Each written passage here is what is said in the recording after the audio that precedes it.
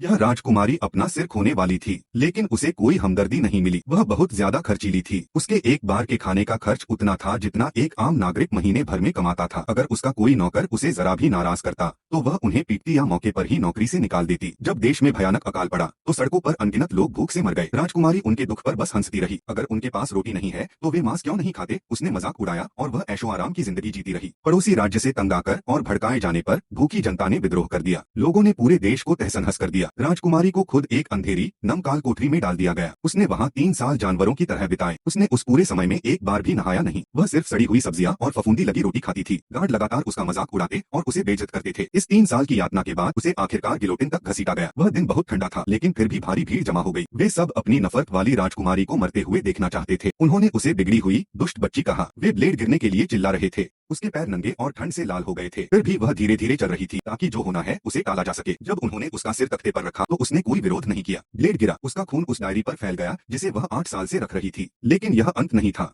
समय अचानक पीछे चला गया। राजकुमारी अपने बिस्तर पर झटके से जाग गई। उसे 8 साल पीछे भेज दिया गया था। उसे लगा कि यह सिर्फ एक बुरा सपना था, लेकिन खून से सनी डायरी ने साबित कर दिया कि यह सब सच था। जेल में उसने हर दिन उसमें लिखा था। 3 साल तक जेल का सड़ा हुआ खाना खाने के बाद अब एक टमाटर भी, जिसे वह पहले नफरत करती थी, उसे खुशी के आंसू रुला सकता था। इससे हेड शेफ डर गया, जिसे लगा कि उसका खाना बहुत खराब है। लेकिन राजकुमारी ने बस कहा, धन्यवाद शेफ, इस शानदार खाने के लिए धन्यवाद। उसकी नौकरानियां उसके अजीब व्यवहार से हैरान थीं। क्या यह सच में उनकी बिगड़ी हुई जिद्दी राजकुमारी थी? फिर कुछ और भी चौंकाने वाला हुआ। अन्ना नाम की एक नौकरानी केक ले जाते समय फिसल गई। वह ठीक उसके ऊपर गिर गई, जिससे वह पूरी तरह खराब हो गया। पुरानी राजकुमारी चिल्लाती, गालियां देती और अन्ना को कड़ी सजा देती, लेकिन इस बार राजकुमारी ने उसे बिल्कुल भी सजा नहीं दी। उसने पूछा कि क्या अन्ना को चोट लगी है। उसने तो अन्ना को अपनी पर्सनल नौकरानी भी बना लिया। क्यों? क्योंकि जेल में उन 3 सालों के दौरान कोई और उससे मिलने नहीं आया। सिर्फ अन्ना ही अपने खाली समय में राजकुमारी की देखभाल करती थी। फांसी के दिन अन्ना ने ही उसके बाल गूंथे थे। दुख के उन 3 सालों में अन्ना ही उसका एकमात्र सहारा थी। अब राजकुमारी के तौर पर वापस आकर उसने अन्ना का एहसान चुकाने का पक्का इरादा कर लिया था। लोगों की मुश्किलों को समझने के लिए उसने अन्ना को आम लोगों का खाना खरीदने भेजा। उसे देखना था कि उसके लोग असल में कैसे रहते हैं। वह फिर कभी वह बेवकूफी भरा सवाल नहीं पूछेगी। अगर उनके पास रोटी नहीं है तो वे मांस क्यों नहीं खाते। अपनी डायरी के अनुसार 8 साल बाद उसका सिर कलम कर दिया जाएगा। उस भयानक किस्मत से बचने के लिए उसने सब कुछ बदलने का फैसला किया। लेकिन किस्मत बदलना कभी आसान नहीं होता, इसलिए उसने उस एक आदमी को ढूंढा जो साम्राज्य को बचा सकता था। अपनी पिछली जिंदगी में एक चश्मे वाले लड़के ने डूबते हुए राज्य को बचाने की बहुत कोशिश की थी। वह सिर्फ इसलिए फेल हुआ क्योंकि किसी ने उसकी बात नहीं सुनी। इस बार राजकुमारी यह पक्का करेगी कि उसकी बात सुनी जाए। सबसे जरूरी बात यह है कि भले ही वह पहले उसके साथ बहुत बुरा बर्ताव करती थी, फिर भी वह उन कुछ लोगों में से था जो जेल में उससे मिलने आते थे। उसकी बुरी हालत देखकर वह उसके लिए रोया भी था। ऐसा इंसान बिल्कुल अपनी सहेली अन्ना की तरह, जिस पर वह भरोसा कर सकती थी। यह आपको सोचने पर मजबूर करता है ना? कभी कभी आप खुशी की कीमत तभी समझते हैं जब आप सच्ची निराशा का अनुभव करते हैं। तो अपनी जिंदगी को पीछे मुड़कर देखें। क्या आपने कभी अपने घमंड या जिद की वजह से कोई कीमती चीज खोई है?